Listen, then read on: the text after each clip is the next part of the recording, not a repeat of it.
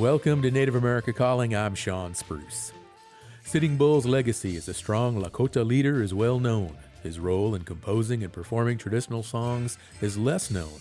Now a team of researchers and musicians are tracking the origins of Lakota songs, some familiar, some more obscure, and compiling a handful of those linked to Sitting Bull.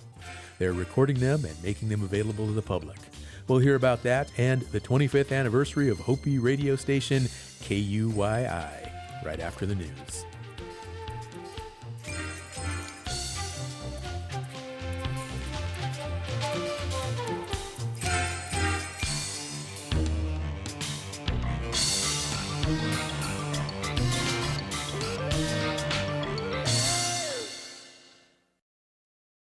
This is National Native News. I'm Antonia Gonzalez. The Native American Rights Fund hosted a tribal water symposium this week in partnership with the Western States Water Council. As KJZZ's Gabriel Pietrorazio reports, Interior Department officials took time to reassure tribes that the Trump administration is behind them, despite recent staffing cuts and Congress clawing back federal dollars. Some of the federal agency's top-ranking water officials encouraged tribes to come up with very creative solutions. As for the Colorado River and its ongoing negotiations, they warned consensus is needed before 2026. Otherwise, Interior will be forced to step in. We will if we have to, if we can't get people to come to a settlement and agree. That settlement needs to include the tribes.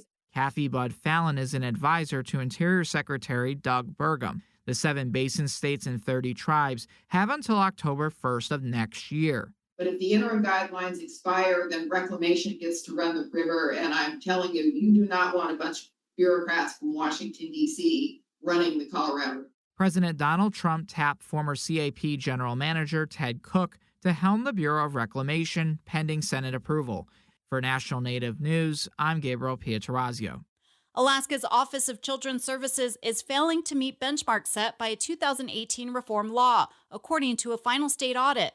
About 70% of children in its care are Alaska Native and American Indian. Alaska Public Media's Rachel Cassandra reports. Former lawmaker Les Guerra is a Democrat from Anchorage and introduced the legislation in 2017.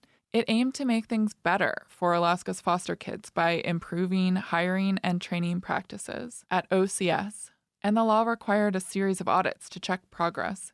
Guerra says the audit results are extremely disheartening. It's like we handed the state the blueprint of all the gold standard practices to make sure children had a chance in this world, and by 2020 the state had lit it on fire. It's sad. He says in the first 2 years of the law, the state saw some progress.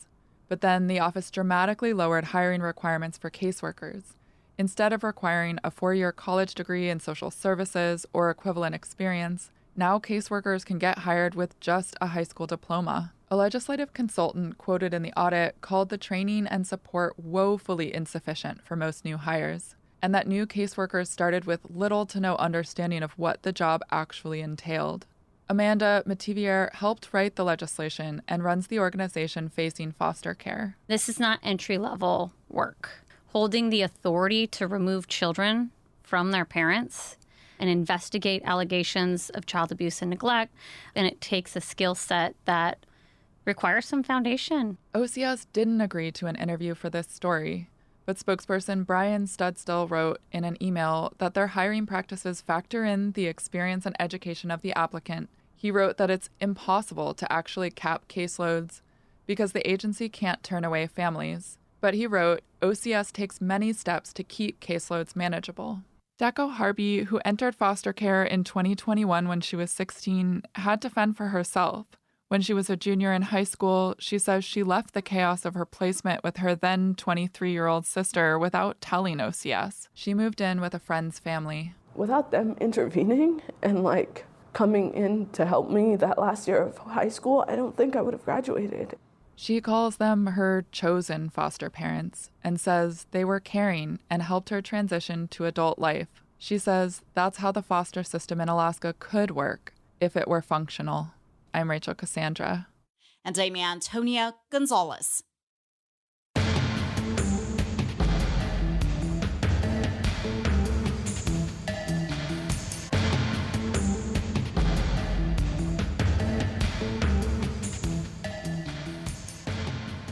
National Native News is produced by Koahnic Broadcast Corporation with funding by the Corporation for Public Broadcasting. Support by Drummond Woodsum, a full-service law firm whose nationally recognized tribal nations practice provides services to tribal nations and their enterprises and to companies that do business with tribes across the country. More at dwmlaw.com. Support comes from AirTalk Wireless, where individuals who qualify for the Tribal Lifeline program receive an iPhone or Samsung device, unlimited data, calls and texts, and international calling. Learn more at airtalkwireless.com/NNN.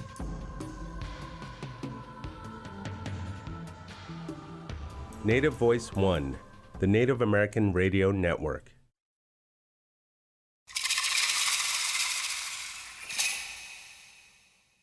Hunkpapa Lakota leader Chief Sitting Bull is known for leading a determined resistance against the United States in the mid-1800s. But what might not be as well known about the famous historical figure is his role as a gifted singer and composer. New recordings of Sitting Bull's songs offer a greater understanding of the leader nearly 135 years after his death. Standing Rock Sioux citizen Courtney Yellowfat is working on reintroducing these songs by Sitting Bull as well as other traditional Lakota songs. We'll talk with Yellowfat about these songs and what they reveal about Sitting Bull. And later in the hour, we'll talk with the general manager at KUYI Hopi Radio. KUYI is celebrating 25 years on the air. The celebration comes amid uncertainty over the future of public and tribal radio. We also want to hear from our listeners. Tell us what you know about the songs of Sitting Bull. The number to our Albuquerque studio is 1-800-996-2848. You are listening to Native America Calling, and I'm your host, Sean Spruce. Please give us a call. That number is also 1-800-99-NATIVE. Joining us now from Fort Yates, North Dakota, is Courtney Yellowfat. He is the Chief Cultural Consultant and co-producer with the Densmore Lakota Songs Repatriation Project. He is Hunkpapa Lakota from the Standing Rock Sioux Tribe. Courtney, hello, and welcome back to Native America Calling. Well, good afternoon. Nice to be here. Great to have you. Also joining us from Fort Yates is John Eagleshield Jr. He is a Hunkpapa Lakota singer, also from the Standing Rock Sioux Tribe. Hello, John. It's a pleasure to have you on the show, too. Oh, hello. It's a pleasure to be on with you. Well, I'm excited to have this conversation with you both. And Courtney, I want to begin with you. When you discovered this document titled 25 Songs Made by Sitting Bull, you compared it to discovering the Titanic. What went through your mind upon finding these songs by Sitting Bull? Well, just a little background on that is like a couple of years ago, I was for the Standing Rock Sioux Tribe. I was the director of the Language and Culture Institute, and part of our job is to research old documents, and we put them on a website for educational purposes. And one of my coworkers was researching some material at the University of Oklahoma. And he came by this researcher, this author named Stanley Vestal, and he brought me. He knows I'm a singer, so he brought me this document called 25 Songs of Sitting Bull.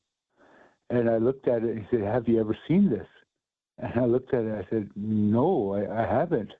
And right there, it's like you might as well have canceled the rest of my day, because I was reading and looking at the songs, and just some of the songs were like familiar to me. And so I started researching more about it, asking elders from different reservations all the way into Canada, and about a certain song. And to be honest, a lot of these songs are still around, but we didn't attribute them to Sitting Bull. But now we have the documentation that shows that, hey, this song was made by Sitting Bull, Mm-hmm. Well, we're going to play some of the songs, and I want to play one in just a moment here. But first, just give us a little bit of background on these songs. What are they about? What are the themes? Well, not only the Sitting Bull songs came later, but I know you have my younger brother John on as well. But this Francis Densmore collection, the Songs of the Teton. We've been talking about it, myself and David Swenson at Lakota Studios for over 20 years, and we kept saying we need to do something with this. And that's as far as it went. We need to do something with this. He actually had a conversation with the late Kevin Locke over these songs, who brought these songs to us. They were originally done in 1911 to 1914, I think. All on most of them on Standing Rock. Some of them were done in Sifton, but they were on wax cylinders and stored at the Library of Congress, and just like there was recordings made of them, and it's just like, and we went and finally we got a grant to do some of this work with it. So I at that time I was a co-producer for it, so I enlisted some of the highly respected singers that I know that could have respect and reverence for some of this music. And so we went and I asked them to learn these songs, and we're going to come in and we're going to sing and re-record some of them. And so that's where everything kind of took off. With the Sitting Bull songs, it came later. Like I said, it was just kind of like a document floating around at the University of Oklahoma, and I came by it, and it just garnered my interest. Really, I was like a little kid in the candy shop. I want to do this, I want to do that, and so I just started researching these songs, and some of them were very familiar, and they are songs that are still around today. But like I said, we just never attributed them to Sitting Bull. And, the theme of the, is just, I mean, if you look at the music of Sitting Bull, he's all over. He sings everything from a lullaby to about being a chief, to being a warrior, to how he got his powers, and everything like that. So, yeah. All right, awesome this is absolutely amazing. Let's hear one of these songs by Sitting Bull. This one is titled "The Black Hills Belong to Me," and Sitting Bull sang this on his way to Washington, D.C. in 1883. He made the trip to testify before a Senate Select Committee about the cession of Black Hills Country. This is our guest, Courtney Yellowfat, singing.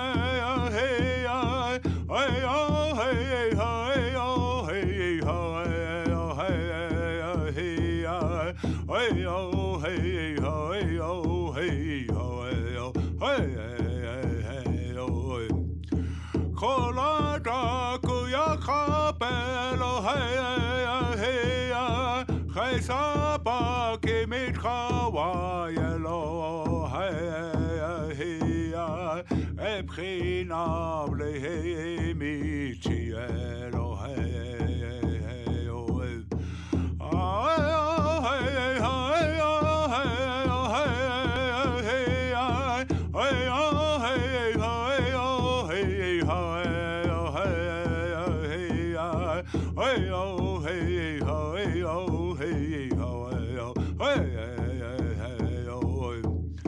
Colada cuya pelo hey Saba que mi travailo hey ebrinable hey mi cielo hey.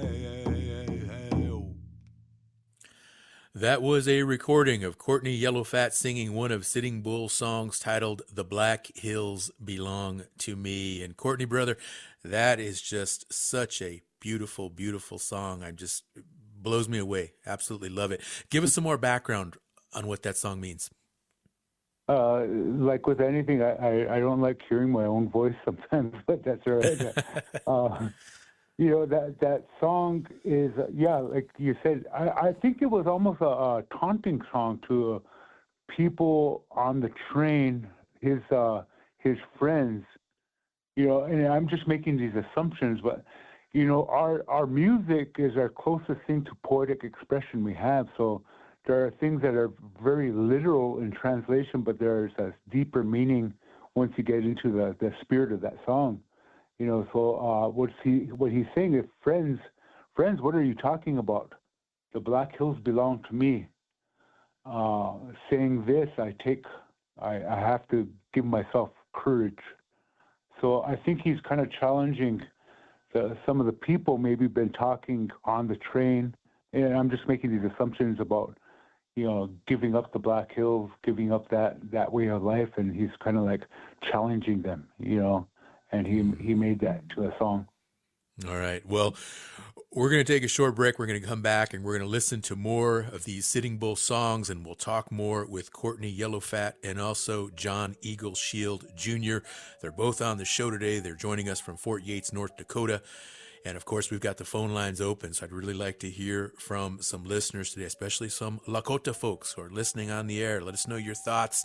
Maybe you're familiar with some of these songs yourself. Let us know. 1-800-996-2848.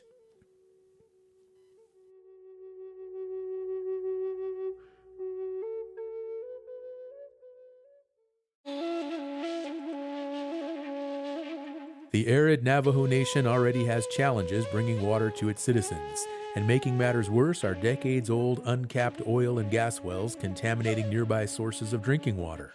We'll hear about the difficulty getting clean water to Navajo and other tribal citizens on the next Native America Calling.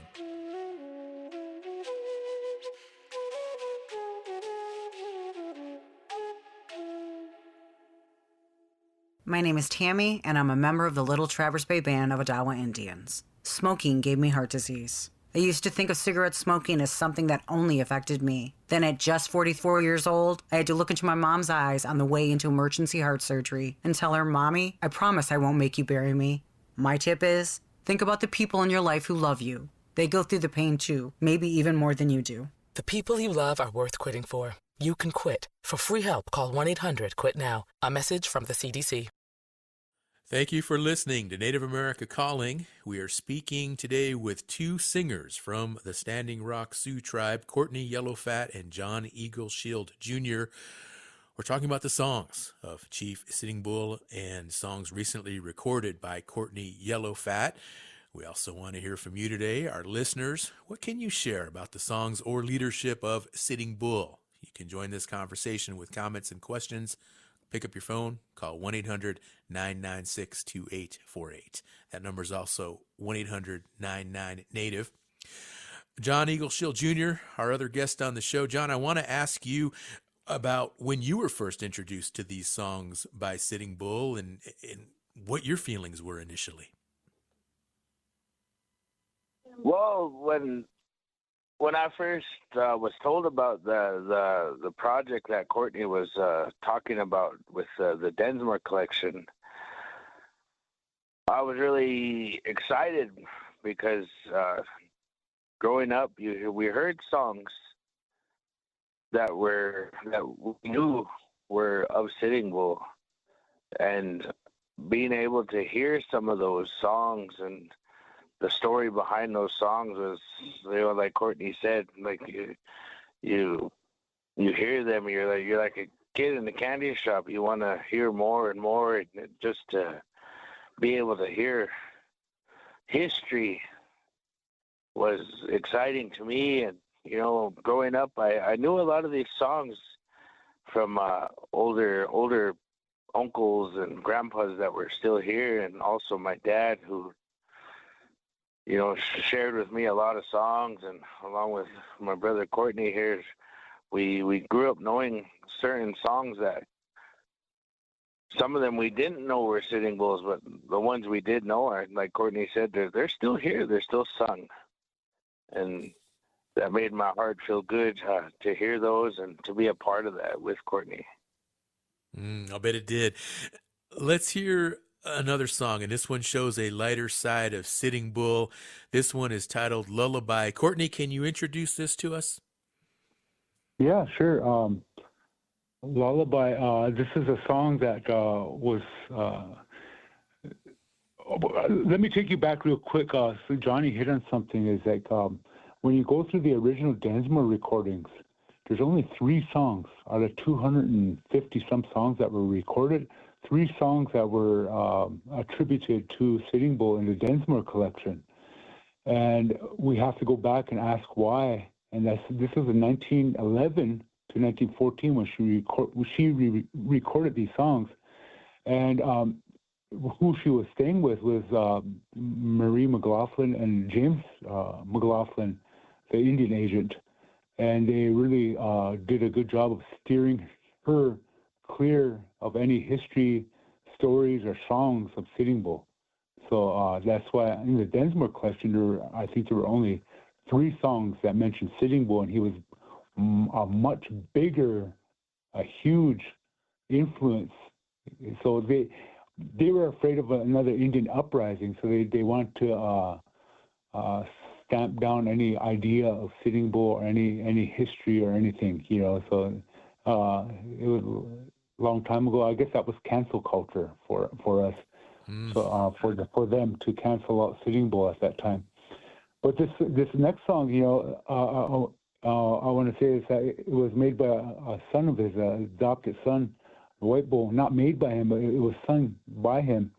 And it just goes to show that Sitting Bull did have, he was a great lover of children, and more so with his own children and grandchildren. He used to sing this song to them while they were sleeping. And so it puts in perspective, like, I always make the analogy, everybody wants to know about everybody wants to know about Superman. Nobody wants to know about Clark Kent. This is one of those Clark Kent moments for Sitting Bull, where you hear about the warrior and the medicine man and the things he did. All right. But yeah. Okay. Courtney, let's go ahead and take a listen. Yep.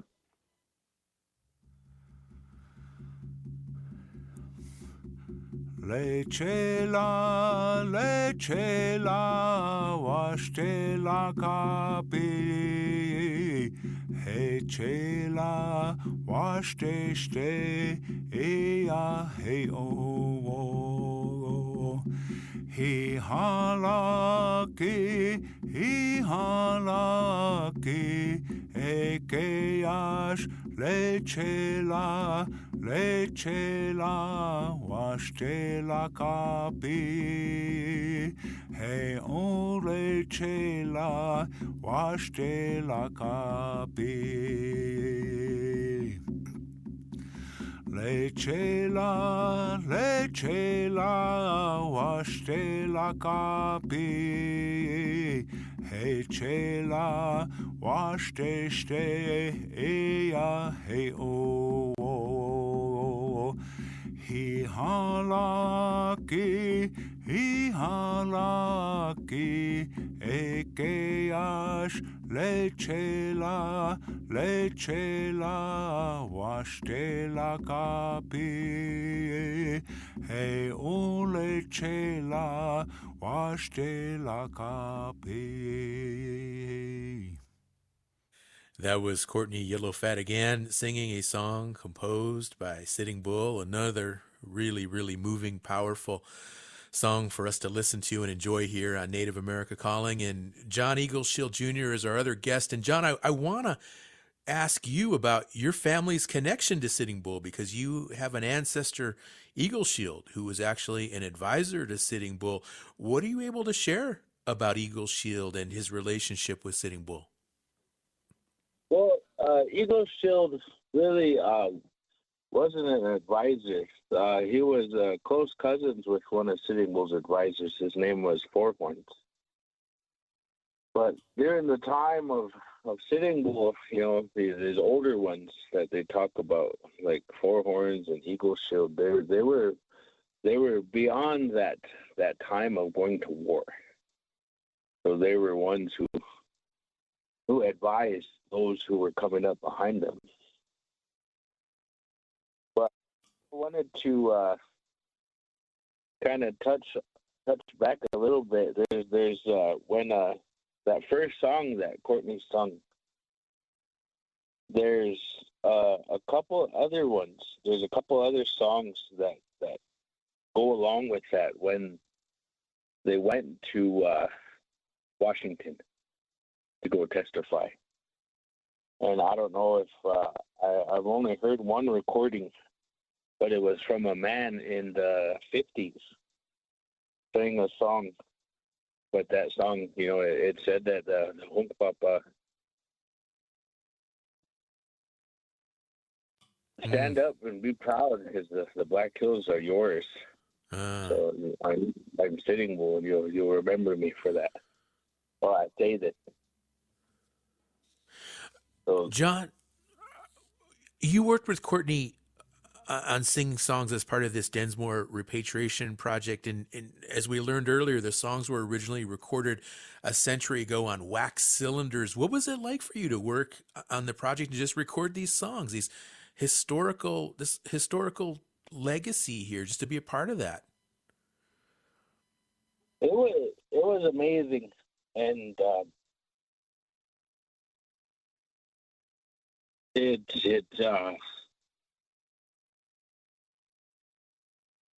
it brought a lot of emotion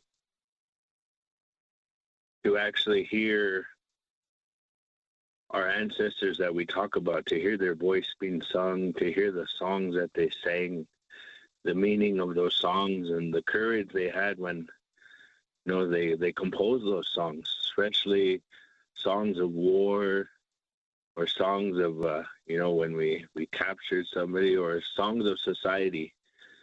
Even to hear the sincerity in their voices when they sing our ceremony songs, songs of healing, songs of, you know, that they used when they would doctor with whatever gift they were given. That brought like a lot of emotion, and it kind of touched your soul to be able to hear those. Yeah, John, this is just wonderful that you and the other folks and Courtney, of course, have been involved in this project and are sharing it with us now and our listeners. We have time for one more Sitting Bull song. This is A War Chief I Have Been, with Courtney Yellowfat singing again. Hey oh hey ho hey oh hey ho hey oh hey hey hey oh hey ho hey oh hey ho hey oh hey hey oh hey ho hey oh hey ho hey oh hey oh oh ya te kitaku ya kapelo hey hey Ikichi se imat chanchako hey hey ha kesh le ha wani elo hey oh hey oh hey hey oh hey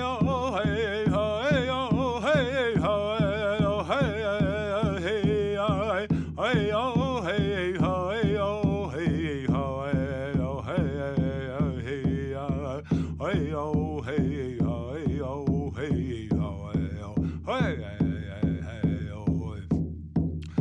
Oh, ya de que daku ya capello, hey, hey, ya, iki cheese, matran chaco, hey, hey, ya, eh, ha, kesh, le, ha, wani, hey, ya, hey, oh, hey, oh, hey, hey, hey, hey, oh, hey, hey, oh, hey,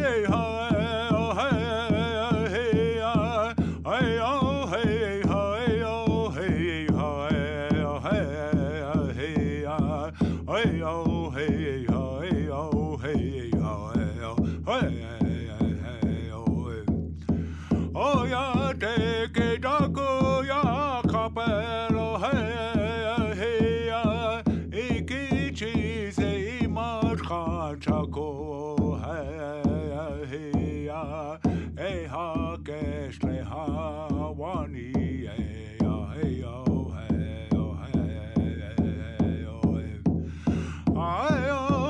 oh hey oh hey hey oh hey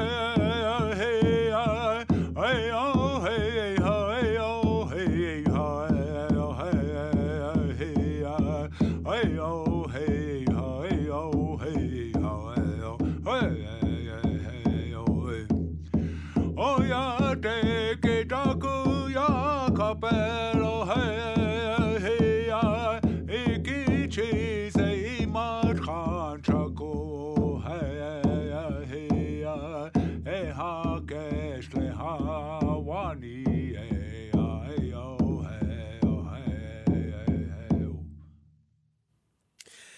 That was A War Chief, I Have Been, another song from Sitting Bull. And Courtney talked a little bit earlier about some of the personal aspects of Sitting Bull and the song Lullaby and how he, loved children. But what can you share about his leadership style during wartime? What I could share is that, so he did it all. I mean, he was a spiritual leader, a medicine man. He was the last one to ever be chosen by the people as the chief, and his deeds on the battlefield are second to none. Sneaking into an enemy camp and touching the enemy. It was more of an embarrassment. He didn't. What he basically said is, I could sneak in here and I could have taken your life, but I spared your life. So, when people have this romanticized idea of Lakota Sioux warriors, we have to remember at first they were compassionate and loving people. Okay, they only fought as a last resort. But Sitting Bull Kartanka Iotake had a lot of resolve. And he had a lot of compassion and love for his people. So they needed him. They needed him at a time when when he needed to stand up as a war chief, and a lot of them didn't survive against the cavalry, yet he did. And that's kind of what the song is about. He said, "I've been a war chief before, and yet I'm still sitting here alive." So it's kind of like almost bragging, saying, "I'm that good that I didn't get killed." Yeah. Now, Courtney, like John, you have a family connection to Sitting Bull. Can you share some of that family history with us?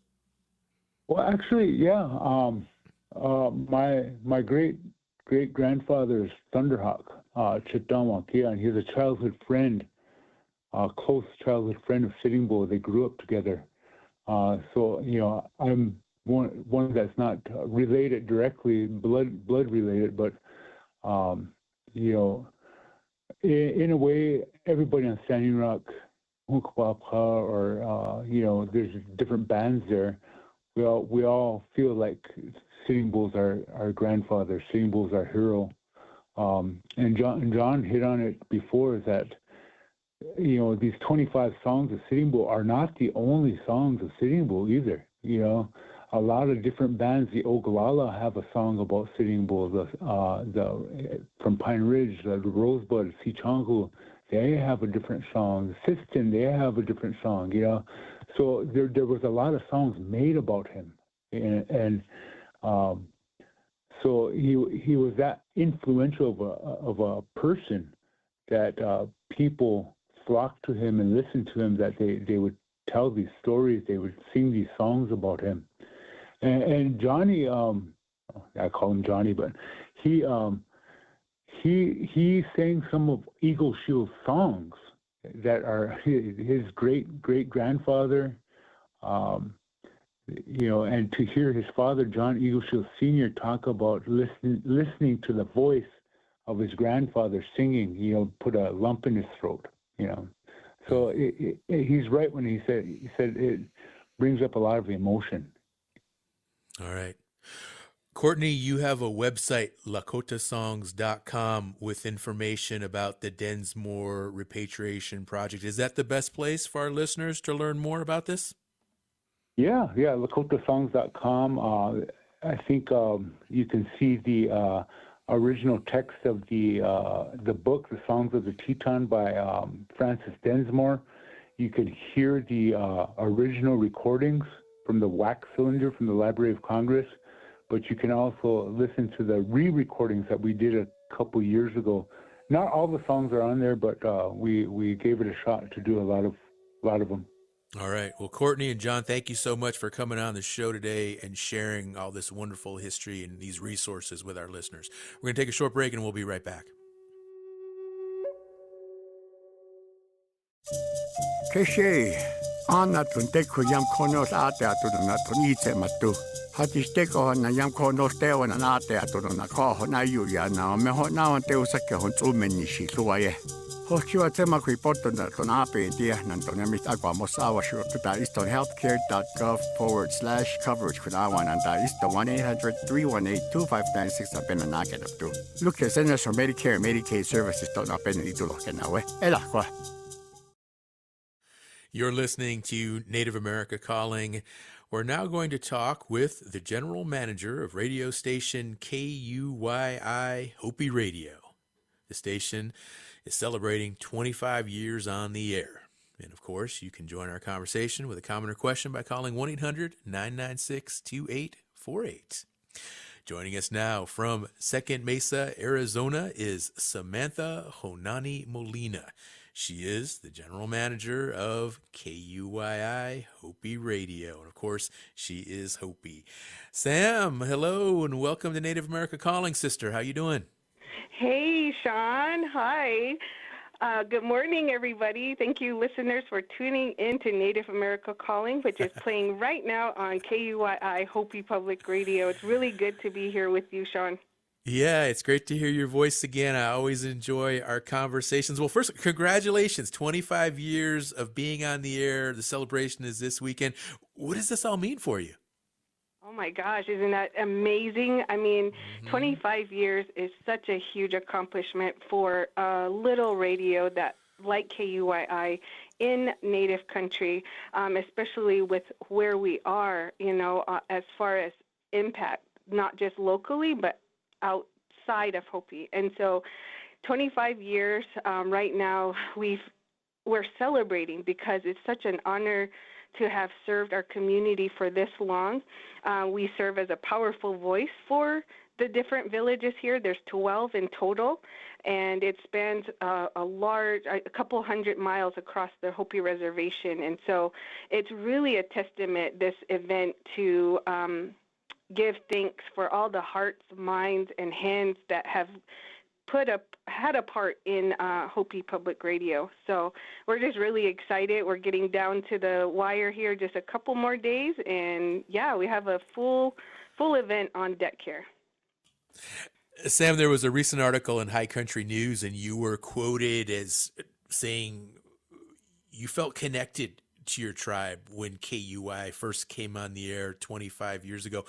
Talk more about that early connection to the station and what some other community members what their experiences have been listening to the show and all the shows in the station over the last 25 years. Yeah. So I think my story is like many others out there for Hopis who live off the reservation even now. And for me, when I was going to college, even though it's only 2-hour drive away where I was going to school, it is away from Hopi. Everything around you is not where you came from. Your identity isn't reflected in the food you eat, to the people around you even. And so having a connection to home through the airwaves is so important, especially to individuals who live even beyond Flagstaff. And so that connection keeps you in tune. It allows you to listen to your native or Hopi or Tewa language spoken on the airwaves, to the music of our that reflect prayers. So it was so important to me to have that connection, and we hear it today when we talk to individuals that live off the reservation, and how much an important KUII serves for that connection. All right. Well, Sam, we have a caller right now who joins us from the Hopi Reservation, and I think you're going to recognize this voice. Clark Tanakongva, who joins us now, former vice chair of the Hopi tribe. Hello, Clark. Good morning, Lolma. Thank you for allowing me to come on air. It is certainly quite a miracle to walk this journey for 25 years. And I've been a part of KUII since the initiation start back in 2001. A former DJ, productionist, and so forth. And a lot of materials that a lot of us people that do speak the language pretty fluently, yet it's very important for the future, because I see this as a form of education that is being addressed to a lot of our younger generation, and even people my age that are not able to speak the language. And this is one avenue or connection that is a real powerful message, because you don't have to teach in a classroom of 5 to 10 students. You're talking about anywhere from the audience of 1,000 to 2,000 people listening in at one moment or time. And that is the most important part. But of course, different people look at things in various ways. And so unfortunately, this administration does not feel that this is important to a small community or a small nation out here of about 15,000 people. But there are others that are tuned in. And like what Samantha just brought up, it's a connection to you as a Hopi or other tribal member that grows up here and knows the importance of our culture, of our society out here, that it needs to continue on. And so I hope that my hope and prayers is that with what's happening on Sunday, where I'll be part of the event, but yet at the same time, it will continue on for another 100 years rather than just looking at it 25 years from now, because it's very important, because once it's lost, just like our language is being lost every day, every second, every minute that we don't speak it or don't talk about it, how important it is. And so, again, thank you to Guyi for allowing me to be part of your family there, being a part of this life cycle of mine. 25 years, I don't think it's that long, but I guess it is, and so going on to my elderly ages now, it's very different the way I think and feel about how Kuyi came about. Thank you. Thank you, Clark. Really appreciate you calling in. And Sam, listening to Clark, and it's obvious that there's a lot of support there in the community for Hopi Radio. And he mentions it's a little bit bittersweet right now, because this 25th anniversary, it comes amid this big clawback in funding for public media. Of course, the Corporation for Public Broadcasting is also shuttering. Can you talk about what the future looks like now for public and tribal radio? Yeah, I'm happy to serve as a board of directors for Native America Calling, and we have been, not Native America Calling, but Native Public Media, I apologize.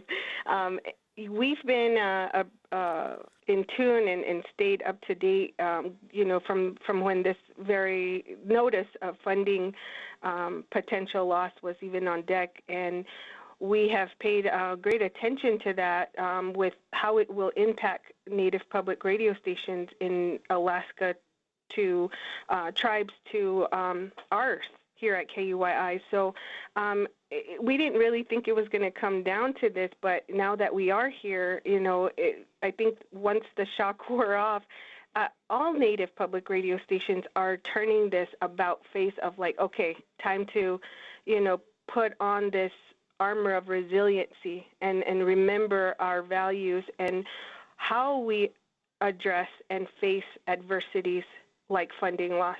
We're not new to it, and we are ready to move forward in fundraising and finding other resources that can supplement this funding loss. And so like other radio stations right now, here we're, gathering ourselves. We're going to celebrate this event and then pay our attention and time to how we can fundraise and move forward from this, because this isn't anything, like I said, new to Native communities. We've suffered a lot of adversities and challenges, but I think with our values, our teachings of resiliency and commitment to our people, we're going to keep going forward. So, we're not closing our doors, absolutely not. We're getting ready for the next 25 years. And so we're just here, we're ready, we're fundraising. We have a $25,000 fundraising campaign going on right now in honor of the 25 years. So things like that are going to be coming, and opportunities for everyone to support. And I'm sure if you look at other Native public radio stations in and around your community or in your state, they're doing the same thing. Sam, I want to ask you about your own work experience and your path to becoming the general manager of KUYI. It's a little bit unconventional. You were involved in healthcare and social issues there at Hopi. You were also a classroom teacher at one point. Yeah. How did you wind up now as a career in public service running the station? Okay, so, I think with any individual that really loves their community, they're going to always find their place in public service. And, with my journey, my career journey, it has always, been so with intention of making sure that I make the most impact for our local Hopi and Tewa community here. And so I love teaching, but my classroom just got bigger. And so when I went to work for the Hopi Foundation, which is the licensee and parent organization of KUYI, I had the opportunity to have my hand in all of the programs there that serve the community, whether it was in substance abuse prevention work, leadership development, and then KUYI. So prior to coming to KUYI, I was the program director, and we had a staff turnover.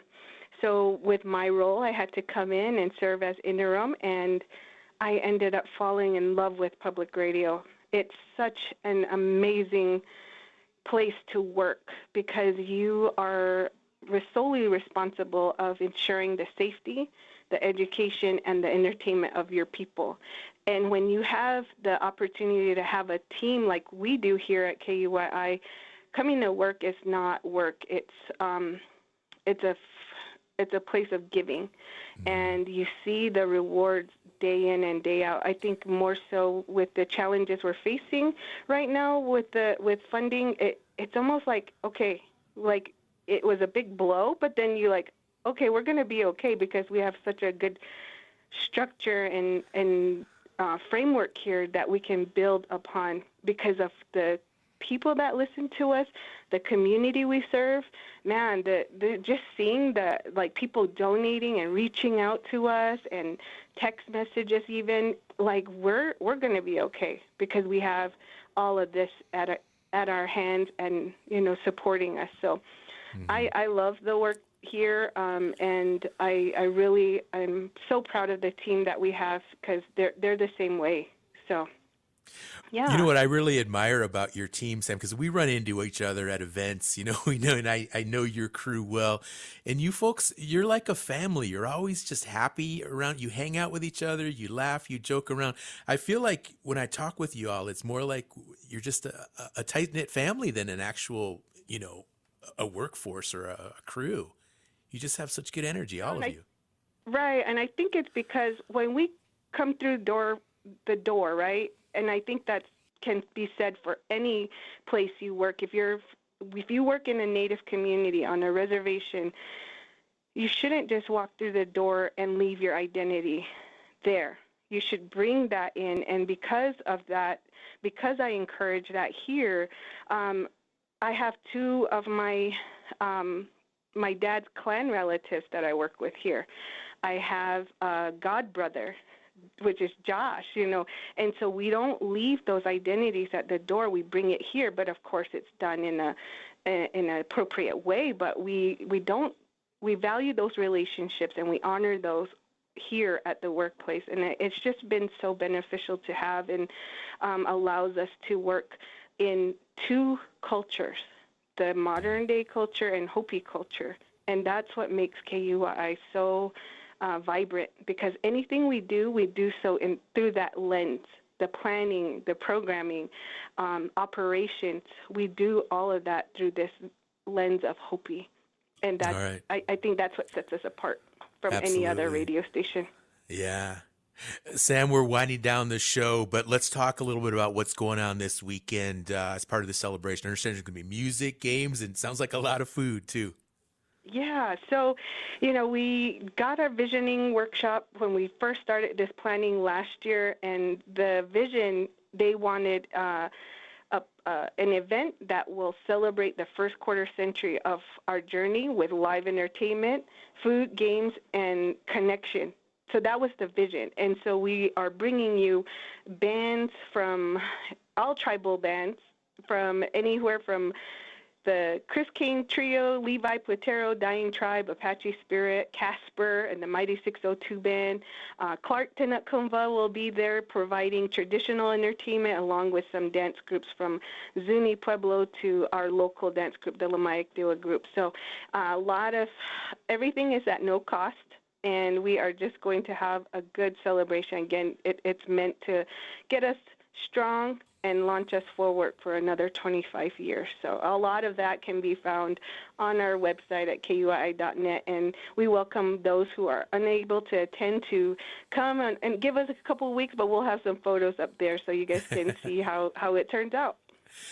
All right. Well, Sam, thank you again for coming on this. I just want to congratulate you once again, and please say hello to everybody there at the station, all great people. Thank you again, and just, another 25 years, another 100 years. Just keep at it, okay? All right. Thank you, Sean. Appreciate you. Absolutely. Absolutely. Well, folks, unfortunately, we're out of time, so we're going to have to wrap up this conversation, but really, really grateful for the three guests who joined us today, Samantha Honani Molina, Courtney Yellowfat, and John Eagle Shield Jr., all of them. Wonderful, wonderful discussions here with our listeners. And please join us again next week, and we'll begin by exploring hurdles some tribal citizens face just to have clean drinking water. Our executive producer is Art Hughes. Our producers are Andy Murphy, Sol Traverso, and Joe Thompson. Marino Spencer is the engineer. Sho McPolin is the digital producer. Nola Daves Moses is the distribution director. Bob Peterson is the network manager for Native Voice One. Clifton Chadwick is our national underwriting sales director. Antonia Gonzalez is the anchor for National Native News. Charles Sather is our chief operations officer. The president and CEO of Quantic Broadcast Corporation is Jacqueline Salee. Have a safe weekend. I'm Sean Spruce.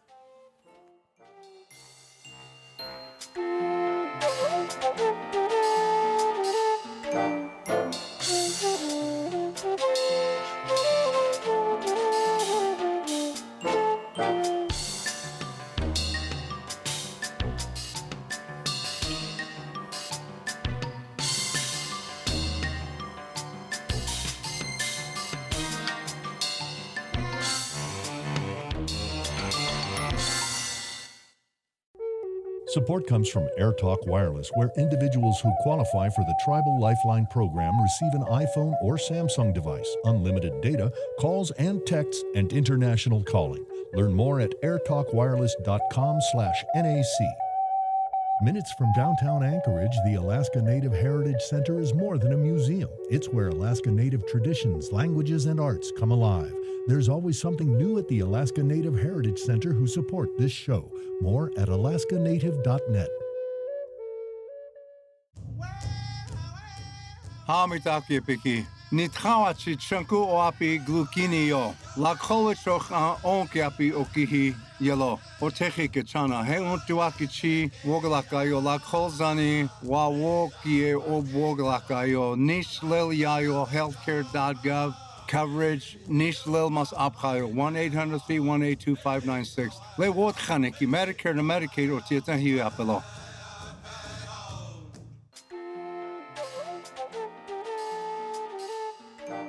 Native America Calling is produced in the Annenberg National Native Voice Studios in Albuquerque, New Mexico by Koahnic Broadcast Corporation, a Native nonprofit media organization. Funding is provided by the Corporation for Public Broadcasting with support from the Public Radio Satellite Service. Music is by Brent Michael Davids. Native Voice One, the Native American Radio Network.